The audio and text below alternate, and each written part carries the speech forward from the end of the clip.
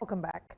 The judiciary, often regarded as the heart of democracy, must admit that public trust remains its lifeblood. However, Nigeria's judicial system has faced persistent challenges over the years, leading to a steady erosion of confidence.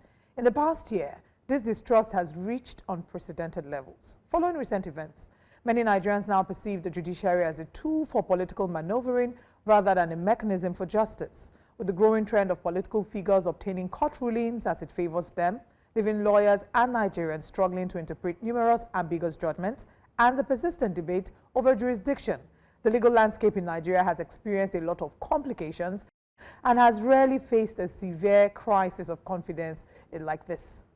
As public confidence declines, Nigerians are increasingly seeking alternative avenues for redress. Social media outrages and street protests have become more common, with 2024 witnessing a significant rise in demonstrations as opposed to the long wait for verdicts in courtrooms. To discuss these pressing issues, we're joined this morning on Breakfast Central by the President of the Nigerian Bar Association, Senior Advocate of Nigeria, Afam Osigwe. One welcome to you and thanks for joining us on Breakfast Central. Thank you so very much for having me.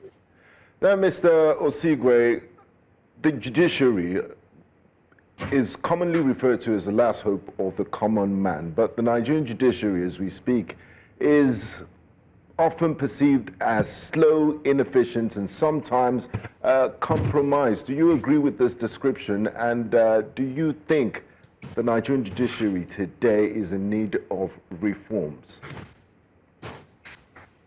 Well, to the first leg of your question, I will unhappily acknowledge that the perception of the judiciary is low, is negative. Around 2011 or 2012, when he was appointed the acting Chief Justice of Nigeria, the late Honorable Justice Dahiru Mustafa, in an address delivered at the Supreme Court, acknowledged, and in his words, as it stands today, it appears the society that we serve is no longer satisfied with the work we do.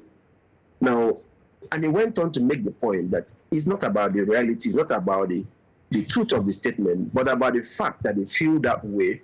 So that makes the saying opposite in this circumstance, that perception is greater than reality. And if the people you serve do not think you're serving them well, that would appear to be the publicly acceptable verdict about the work you do. It may not really matter that most of the time you do a great job, that you do a job that meets every acceptable international standard and best practices. But if the thinking, if the perception of the actual work you do is not good, then you have to deal with that and go to the root causes of why do people think that judiciary is not working well. If we continue to make the argument and try to bring statistics to show how the judiciary has done excellently well, they will miss the point. Like some unknown author said, he said that with reality, they have nothing to do, but with perception, you can maneuver it and switch it and change it as you like. So with perception, the public will continually, based on the understanding of the work of the judiciary, based on how they think judicial decisions affect them, based on the understanding of how these judgments were arrived at or the reasoning behind them, continually believe that the judiciary is not doing a good work. And it worries all of us because we want to, for those of us in the legal profession, we want the society to have confidence in the work we do. We want the society to believe that indeed the judiciary is the last hope of the common man. And like I said, we don't have to argue with them that we're doing an excellent job. We must let them see that we're doing an excellent job because it is how they see and feel about the work we do that counts at the end of it all. Now to the second leg of your question, do I think that there is need for judicial reform? I will not hesitate in saying a resounding yes. We need to look at our court system. We need to have our court system and the judicial system embrace technology. We need to be a bit more transparent about how decisions are arrived at. I make the point that in this age and time, it is preposterous that very minute percentage of our courts have electronic or e-filing system or document retrieval system. The ways we file processes and spell processes is still, to say it bluntly, a cake. You would think that the court system would have embraced technology in the filing of procedures, in the hearing of cases, and also in the assignment of cases. You would expect that when people file cases in court, the court system would have been so integrated into some kind of technology that allows the cases to be assigned by a system that will not accuse it of bias or favoring one judge against the other. You would expect that technology would drive the way we do things. You would expect that immediately a court delivers a judgment, that judgment will be publicly available, not having to wait for days and days and sometimes weeks before that copy of that judgment is made available, and sometimes leading to allegation by some person that what was read was certified and given out. The court system was so transparent, the way they do it in the Western world, that a judgment rendered in the UK, for example, you can access it and read it in Nigeria the very next minute after it's been delivered. We should also look at the court system, the appointment process, the judging process, the disciplinary process. Look at the NJC and its current composition, and the disciplinary process, the composition of disciplinary architecture of the NJC, and have a look at it and make it such that it is independent and the people are able to trust the outcome of such process, so that the appointment process is driven by merit and not some other consideration. And also to ensure that access to justice is easy and that cases don't spend intolerable length of time in court. I can go on and on and on, but these are some of the key things I want to point out, which I regard as low-hanging fruits that we can achieve, some that require constitutional amendments that can be achieved at this time that the National Assembly is looking at as you're going through a constitutional review process, amendment process. Exactly. And also the court. I'm glad that you brought that in, because that's another angle I wanted us to look at. On Tuesday, the House of Representatives had a bill that passed a second reading to amend sections of the Constitution to allow for the NBA to receive petitions against corrupt judges. I want to get your thoughts on this bill and the role that you think the NBA has to play in ensuring that the judiciary, the sanctity of the judiciary is upheld. Let me start by noting that aside from what I have read on social media and electronic media, I have not seen a copy of this bill. But I would, if I'm to judge or comment based on that, I would view it with some degree of circumspection, because that bill seems to suggest that when we attend the annual general meeting, lawyers will now decide the fate of a judge, maybe a judge in Sokoto or Zamfara, Anambra or Edo or Delta. And I worry that such a process may become politicized or may be polarizing. I would want a process of discipline of judges that is made up of lawyers, laymen, and maybe some retired judicial officers, not ones that will go to an NBA general conference and maybe to be sent into maybe lobbying or campaigning for a judge to be removed or not to be removed. I've not read the bill, and I would like to, at the bar, we're trying to lay our hands on a copy of the bill so that our relevant committee will review it and present the views of the association. But speaking personally, I'll view that suggestion with some degree of circumspection. Okay, so maybe we'll wait until we get a physical copy of the bill. But I also want to go back to one of the flaws that you've mentioned, the delay in transmitting certified true copies of judgment. We saw that play out, for example, in Rivers State when Governor Siminalayi Fubara said that he was going to obey the court, but he needed to lay his hand on the copy, which took, I think, about a week for him to get that. Now, speaking of Rivers State, the declaration of state of emergency, the invocation of Section 305 of the Constitution, the NBA has spoken about it. You have criticized it, and this has been made public on I think on the 18th of March. There was a Facebook post to that effect on the NBA page. Let's talk about your thoughts. I mean, I know you've shared them online, but share them with us again. Your thoughts about the implications of what has happened in Rivers State with the sole administrator that, of course, is now in charge of Rivers State, and what this might mean for the future of democracy in Nigeria. Now, why we had to make that statement was we believe that our motto is promoting the rule of law, and Nigeria should be a country ruled by law and not by men. And our actions should be governed by the dictates of the Constitution, both the spirit and the letters of the same. And that whenever any government functionary takes a decision or makes a pronouncement, such pronouncement or decision must be justified in the context of the Constitution, which is the 1999 Constitution of the Federal Republic of Nigeria. And looking at the content of the address by the President, we have the view that the reason stated for the declaration of state of emergency did not meet the requirement of Section 305, I think, subsection 2. And also the declaration by the President suspending the governor, his deputy, and the sitting of the House of Assembly, in our view, was also unconstitutional, in that the Constitution does not empower a president or any person, for that matter, except the House of Assembly, to remove or suspend a governor. In this section 11.4 of the Constitution, which has to be read together with section 305, makes it clear that in an emergency, that the National Assembly does not have power to remove a governor. And I don't want to waste my time on the argument whether suspension is removal, because when I suspend you, I remove you, I'll be temporarily from acting in your office. And we should take that argument as being of no moment. So the point is, the president does not have the power. And some people may argue, but say it's National Assembly and not the president. For the president to have express power to remove a governor, such powers must be donated by the Constitution. And if you look at section 188, I think, which stipulated circumstances or reasons for removal of a governor, of a person to cease to act in the office of a governor, declaration of state of emergency is not one of the grounds. And if we are led by the Constitution, it must be such that no such power is exercised by a person that cannot be justified in reference to the Constitution. And it has great implications for the society, because if we allow such things to keep happening, a president who is desperate for power, who wants to become a dictator, can wake up one morning and give a reason and suspend most governors, or any governor at will, without any justification, and give any reason and justify by that intelligence available to him shows that A, B, and C are about to happen or had happened, and this person was responsible, and then the person proceeds to act. That is the reason why we have to make that, because we are a nation ruled by law, and our law does not justify the actions that have taken place. Likewise, the ratification by the National Assembly. Now, Mr. Osigwe, there was a prison break in Cotton Cafe Correctional Center in Kogi State just this Monday, a few days ago. Almost 70% of Nigeria's prison population consists of pre-trial detainees. Some have been awaiting trial for years. What policy are you and the NBA pursuing, and legislative reforms do you recommend to tackle this issue and ensure speedy dispensation of justice? Well, I would like to note that there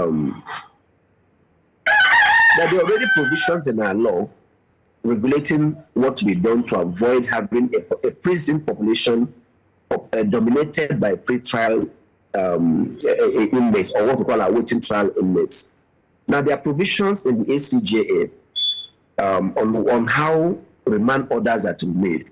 And most of the persons in these facilities were sent there by magistrates or courts on remand order, even in the absence of any pending charge against them. And the ACJA has stipulated that when a magistrate makes such an order, that the person should be brought back to court within 14 days, and a certain maximum number of, I think, 59 days. If the police cannot justify the keeping of that person, then the person should be released. It also extends to persons who are being detained in police facilities, EFCC, and then a BSSS facility. The law is that such persons, the magistrates are to visit those facilities, detention facilities, once every month.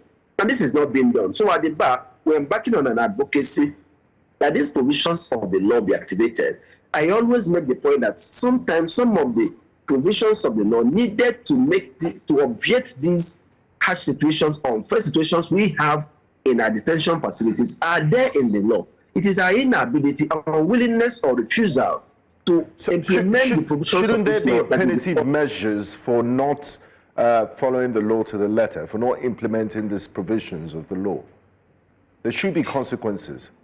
Well, unfortunately, most times in the public sphere, there are no consequences for bad behavior.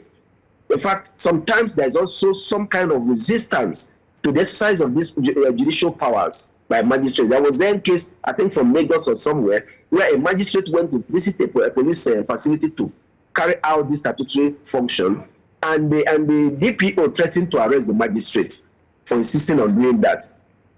And I can't remember the outcome of that matter. So we have problems. The people who are in charge of these facilities are very opaque. They sometimes will not release data to even let you know what is the number of those who are in detention, what is the number of those who are there without order. The police stations are supposed to have a board where they write the names of those who are being detained, how long they have been detained, also, and then their reason for detention. Most times when you go there, you see just two names, while in the facility, there are much more than two persons in detention. And some also cleverly, when they get wind that the magistrate is coming to carry out this function, that is where it is even exercised. We clear the detention facilities and exhibit and show you a near empty cell. So we have a problem. So we have problems of some magistrates signing blank remand orders that the police quickly, that the law enforcement agents gladly fill in without providing details, without there being a hearing or without a date being given for return for a review of the detention.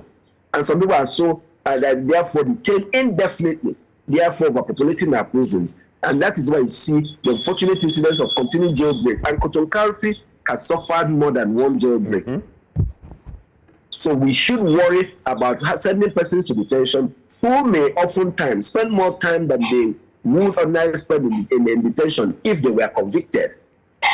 And we present a society that appears not to care about the damage to do to persons. Some come out broken, some lose their lives while in detention. And so we should activate our laws. I'm using this opportunity to call on the chief judges of state to insist that the right thing be done, to give marching orders to magistrates not to make indefinite remand orders of persons, to order the release of persons if no charge is filed against them, if they are not being given an opportunity to defend themselves in court. And then the prison population should also be, I'm calling on the Minister of Interior also to insist and direct all prisons not to accept any person who is sent there on remand if there is no evidence given that there's a pending charge or that there's a date for review of such cases. We must make our correctional system work. We change the name from Nigerian Prison Service to Nigerian Correctional Service. We must indeed show that we are sending people to these places for correction and not for punishment and not for persecution or for abuse of power. They must be shown that they are being sent there on account of what they have done or what is believed that they have done, or because they cannot be trusted to be safe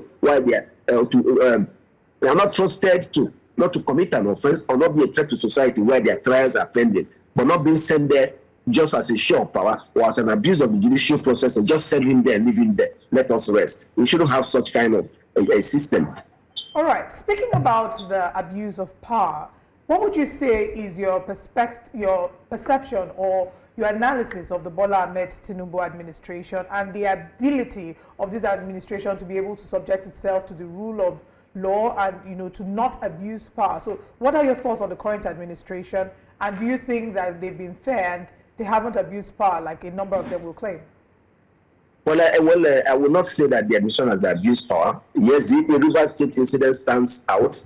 We have not had a case of abuse of the judicial process or refusal to obey court judgment, except for the institutional refusal to obey court judgment, which percolates all tiers of government in Nigeria, where judgments against state, local government, and federal government and their agencies are almost impossible to enforce. So I wouldn't want to say that there has been a case of people's rights to freedom of expression has largely been respected. There are many incidents of big men, not necessarily the government, individuals abusing the law just to get persons detained or remanded in prison simply because they express views critical of them. All right. I mean, there have been a number of people beyond the government, also private individuals. That's the point I'm making. Most of these abuses are by private persons, so-called big men, rich men, who were able to put the judicial process to the wrong use, but not more of a governmental thing. Why does it seem that the courts?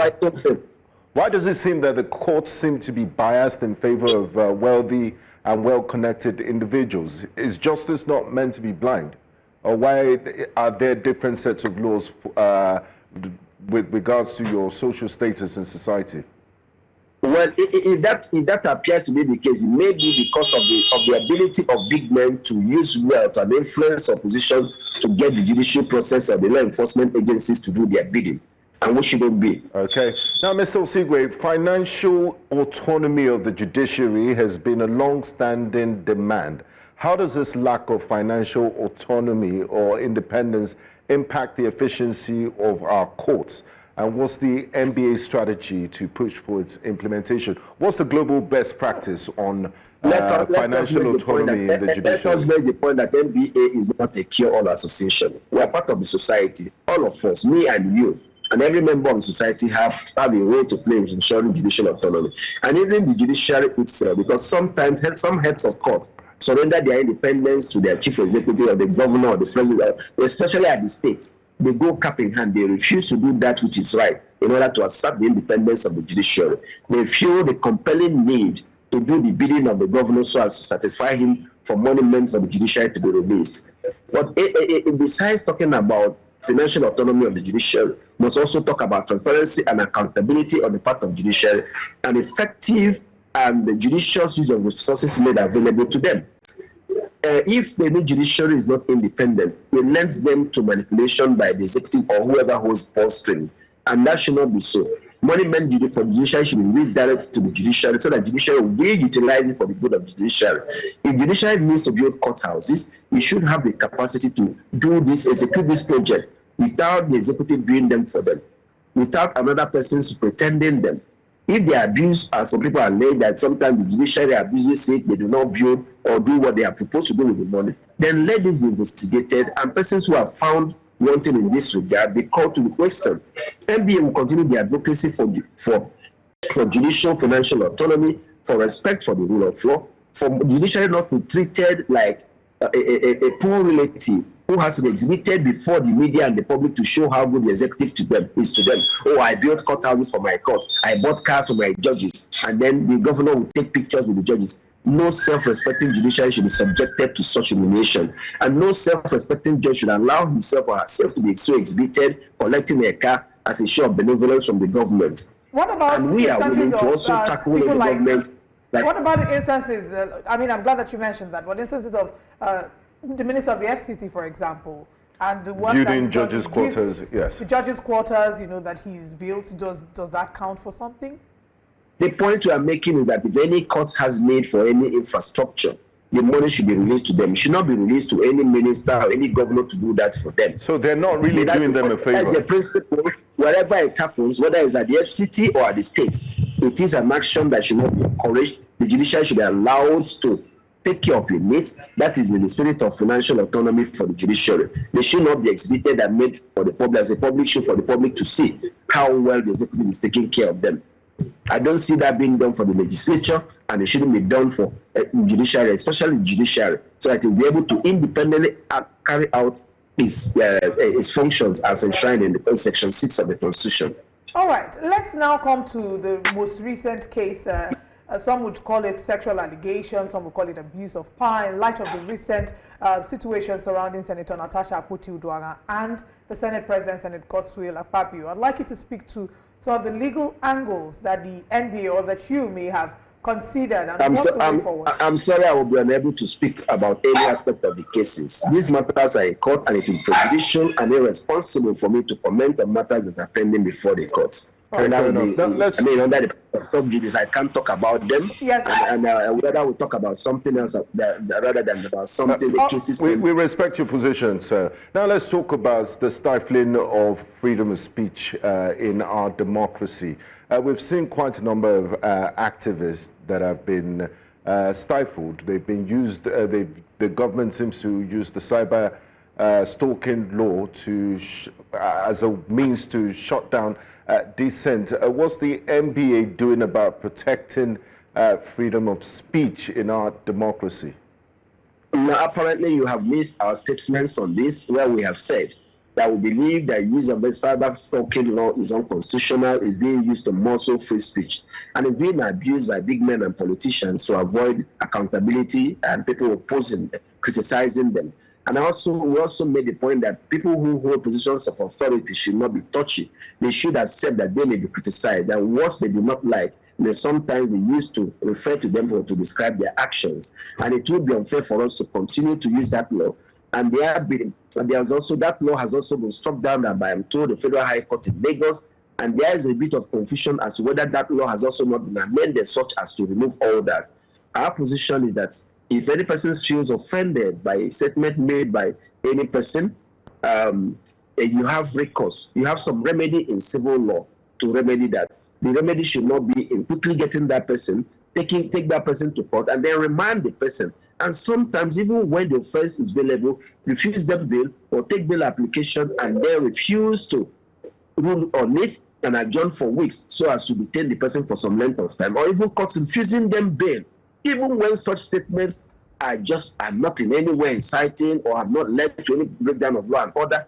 You just use it as a show of force to shut people up, to stop people from criticizing you. That's an unfair use of power. And to that extent, we believe that law is unconstitutional, is oppressive, and should not have any place in our statute books, and should not be used by the law enforcement agencies or any big man or government official to stop people from expressing their views, as unpleasant as they may sometimes be, as uncouth and as annoying as the language may sometimes be. All right, just to also speak to a statement by the Chief Justice of the country, Justice Kudirat Kekere-Ekun, yesterday, I believe. She was speaking at the Body of Benches inaugural annual lecture, and she talked about the concern about the eroding of ethical principles by legal practitioners, and stating that the Body of Benches have a role to lead the charge. Would you maybe be able to speak to some of the areas, the challenges that you've seen in that regard, or what she might have been speaking about?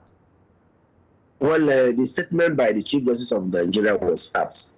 There is many of us legal practitioners are forgetting the rules of professional conduct. We are doing things that we should not do.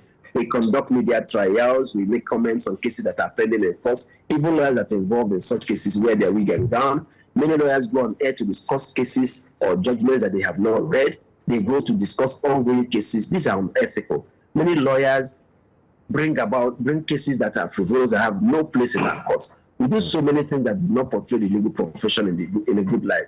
And of course, the Body of Benchers has a great role to play, because the committee that is in charge of the discipline of lawyers, the Legal Practitioner Disciplinary Committee, is a committee of the Body of Benchers. And it is that body that must ensure that discipline is instilled in legal practitioners by trying cases for petitions or complaints brought against legal practitioners, and in appropriate cases, sanction them by either disbarring them, suspending them, censuring them, or ordering them to do or refrain from doing some things. We cannot also talk about negative perception of the judiciary and not talk about that of lawyers, because it takes two to tango. A number of the problems we have before our courts are also caused by lawyers and some judicial officers. And all of us must do a self-assessment and tell ourselves the bitter truth that we need to do better, and that we need to sit up and at every point be guided by the ethics of our profession, and know that any errant lawyer will be disciplined and will be shown the way out of the profession. So that statement was apt, considering the times we're in and some of the things legal practitioners are being accused of doing or actually doing. Now, Mr. Osigwe, just before we wrap things up, as current NBA president, what legacy would you like to leave behind in terms of strengthening Nigeria's judiciary? Well, I would like to be part of an NBA that is part of the innovation of introducing technology in our courts, making access to justice very easy, bringing technology to the filing and hearing of cases, and also ensuring that there's a lot of reform in the correctional system and in the judicial system to ensure that persons who have no business being in detention are detained, and that the judges, the magistrates, and all court heads perform their statutory functions of visiting facilities, and also for an NBA that stands on the side of rule of law, that ensures that our laws are not abused, that people who are in positions of authority or influence do not abuse the law for their own good. An NBA that society looks up to in times of moral or constitutional crisis. All right, and my final question would be about conflicting court judgments, which seem to have been a challenge. We've seen that with the Kanu Emirate tussle, we've seen that Yahaya Bello and EFCC and several other instances. What measures can be taken to ensure that we don't continue to find ourselves at this crossroads that taints the judiciary in negative light? Well, the judiciary itself is aware of people's views about conflicting court decisions. And we have also at the bar set up an appellate adjudicative committee that reviews some of these judgments, shows the conflicts in them, and is also supposed to provide a guide as to what should be the proper position of the law. It worries everybody. It worries lawyers that sometimes on an issue you're not able to advise your client as to what is the exact position of the law. Because most times, especially in electoral and political cases, for every case you refer to, somebody has another case that also says the opposite, and that doesn't look good. So we should also continually engage with the judiciary to ensure that this is reduced to the barest minimum, and that such conflicts are resolved in appropriate cases so that the law is restated and everybody is guided as to what is the correct position of the law. Because if we do not do that, there won't be certainty as to what our law says. And also people may not be able to approach our courts or enter into a contractual relationship with a good knowledge of what the position of the law is. All right. NBA President Afam Osigwe, SAN, thank you so much for joining us. Thank you very much. We look forward to speaking with you again. Thank you very much. And do have a good day. All right.